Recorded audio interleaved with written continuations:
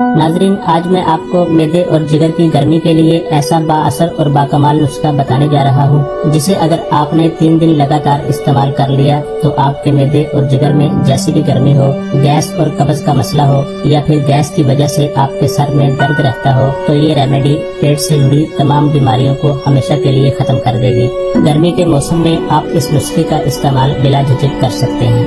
اس نسخے کو تیار کرنے کے لیے پہلی چیز جو ہم استعمال کریں گے وہ ہے سونف۔ ناظرین، سونف کی تاثیر ٹھنڈی ہوتی ہے اور گرمی کے موسم میں اس کا استعمال بہت فائدہ مند رہتا ہے، اور سونف خاص فائدہ مند ہے آپ کی یادداشت کے لیے، آپ کی کمزور نظر کے لیے، آپ کی آنتوں کی کمزوری کے لیے اور خاص طور پر آپ کی اعصابی کمزوری کو دور کرنے کے لیے۔ اس کا استعمال چھوٹے سے بڑے سب ہی کر سکتے ہیں۔ سونف کا استعمال پڑھنے والے بچوں کے لیے نہایت مفید ہے۔ سونف کے ساتھ دوسری چیز جو چاہیے وہ ہے مصری۔ ناظرین، مصری کا استعمال کرتے وقت خیال رہے کہ ہمیں دھاگے والی مصری استعمال کرنی ہے جسے کوزہ مصری کہتے ہیں۔ سونف اور مصری ان دونوں چیزوں کی تاثیر ٹھنڈی ہوتی ہے اور یہ نظام ہاضمہ کے لیے نہایت مفید ہے۔ سب سے پہلے 4 چمچ سونف لیں، اب اسے کسی برتن میں ڈال کر ہلکا روسٹ کر لیں، اس سے یہ کرسپی ہو جائے گی اور کھانے میں بھی اچھی لگے گی۔ 1 سے 2 منٹ روسٹ کرنے کے بعد 2 چمچ مصری کے لے کر اسے موٹا موٹا کوٹ لیں اور سونف میں شامل کر دیں۔ دن میں 2 دفعہ صبح اور شام 1 چمچ کا استعمال کریں۔ ناظرین، اس کے علاوہ پیٹ کی گرمی، جگر کی گرمی اور مثانے کی گرمی دور کرنے کے لیے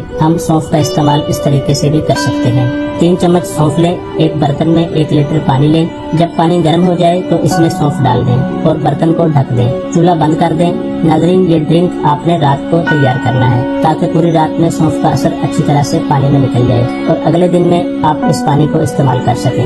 آپ نے یہ 1 لیٹر پانی پورے دن میں ختم کرنا ہے۔